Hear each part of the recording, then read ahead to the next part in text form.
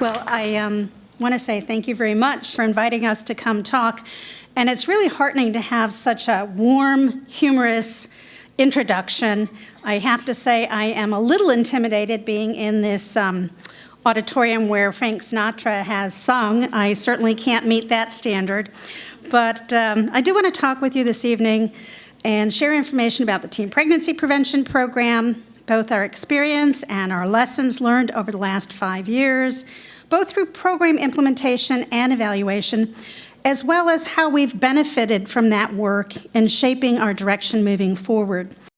By way of background, OAH is dedicated to improving the health and well-being of all adolescents in the United States.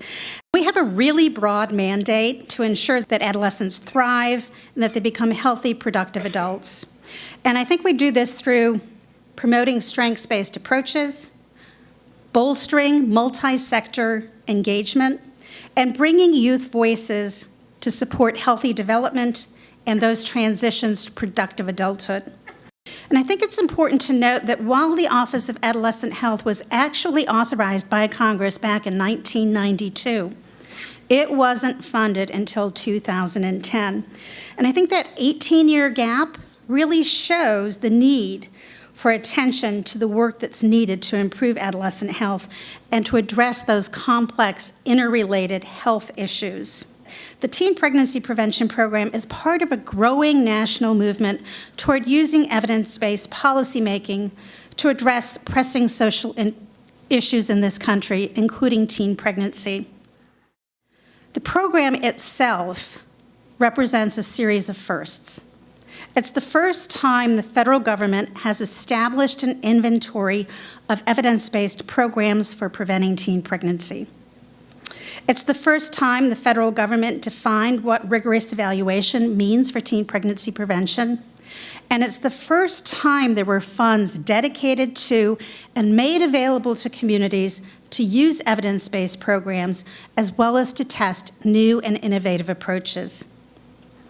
The program, established in 2010, has a congressional mandate to fund medically accurate and age-appropriate programs to reduce teen pregnancy, the behavioral risk factors underlying teen pregnancy, and other associated risk factors. It's a competitive, two-tiered, evidence-based grant programming funding diverse organizations across the United States. The majority of our funding, approximately $69 million, annually, is to implement and replicate evidence-based program models. And by that, I mean programs that have been proven through rigorous evaluation to reduce teen pregnancy or those associated sexual risk behaviors.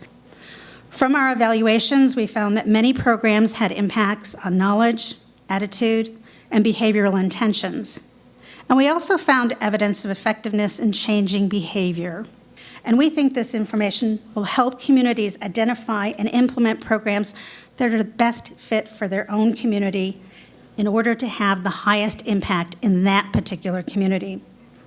We at the Office of Adolescent Health are committed to learning from research and evaluation, using data and evaluation results.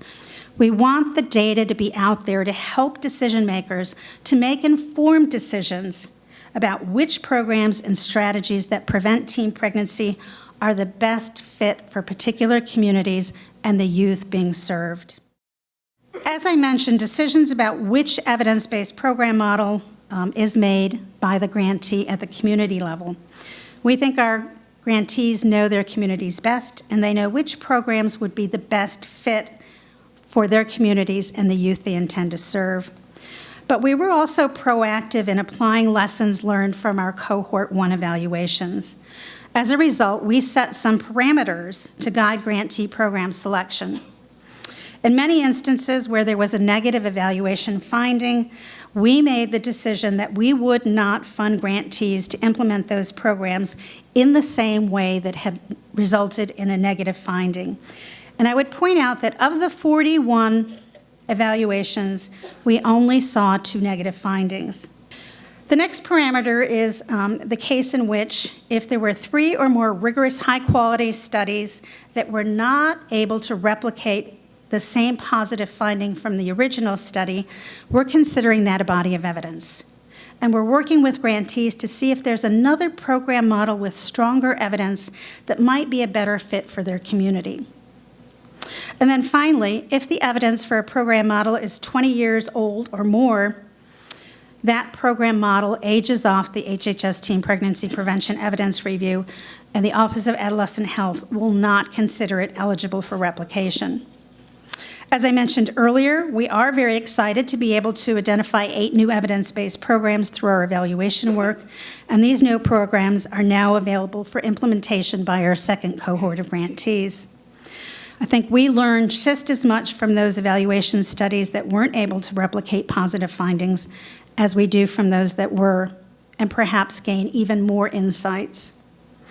All of the results provide a tremendous amount of information on where, when, and with whom programs are most effective, which we think is critical for communities when they're selecting programs. We're now funding 2 organizations to foster and support early programmatic and technology-based innovations. That's good ideas that are out there that show great promise, but we need to provide more supports to further develop them so that they're ready to be rigorously evaluated. And then we're funding 24 grantees to rigorously evaluate new and innovative approaches to teen pregnancy prevention.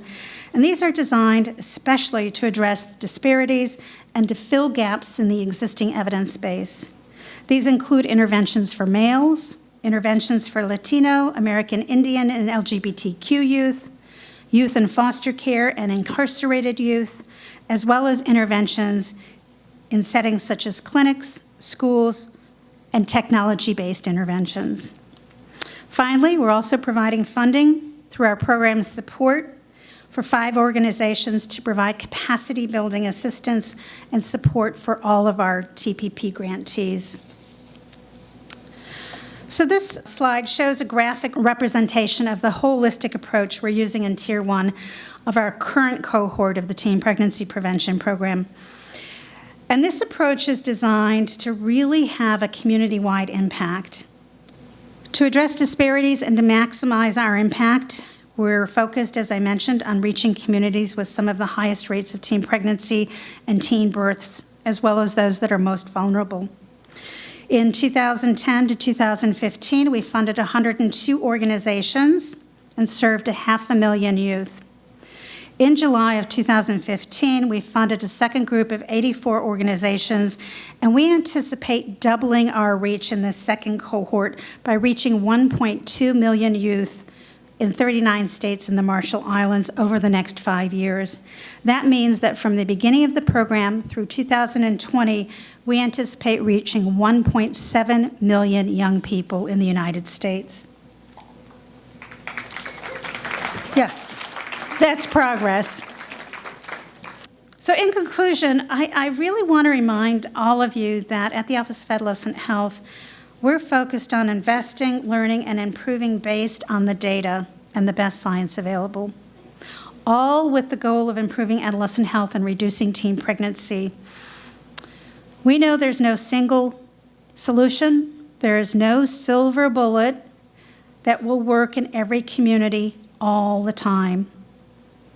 The responses to this social and health issue, and please notice that I did not say problem, need to be varied, and in many instances, tailored to the community and the youth being served. We also need to be attentive to exploring and testing new innovative approaches that resonate with youth. And that means being open to continual change. Youth are changing in each new generation as they enter adolescence, and our approaches to working with them need to be open to change as well. So with that, I encourage you, if you haven't already, to explore our website and our resources.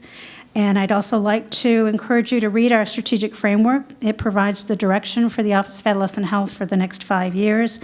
And with that, I thank you for such a warm welcome. I hope that I've helped share with you what we've learned over the last 5 years from the Teen Pregnancy Prevention Program, how we've applied that, and how we're moving forward. So thank you very much for your time and attention.